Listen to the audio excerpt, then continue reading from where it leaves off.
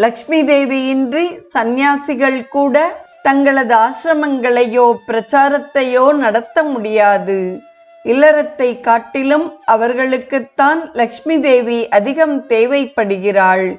ஏனெனில் மக்கள் நன்மைகளுக்காக அவர்கள் பெரும் தொண்டு செய்ய வேண்டியுள்ளது.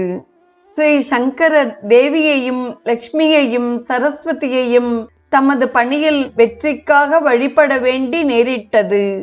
கடந்த காலத்தில் பெரும் ஆன்மீக பணி ஆற்றியுள்ள பெருமக்களும் இறை தூதர்களும் அன்னை லக்ஷ்மி தேவி மற்றும் சரஸ்வதி தேவியை ஆராதித்தவர்களே அவர். அன்னை மகாலட்சுமி உங்கள் அனைவரையும் ஆசிர்வதிப்பாளாக. அவளது மந்திரத்தை நாம் பாராயணம் செய்வோம்.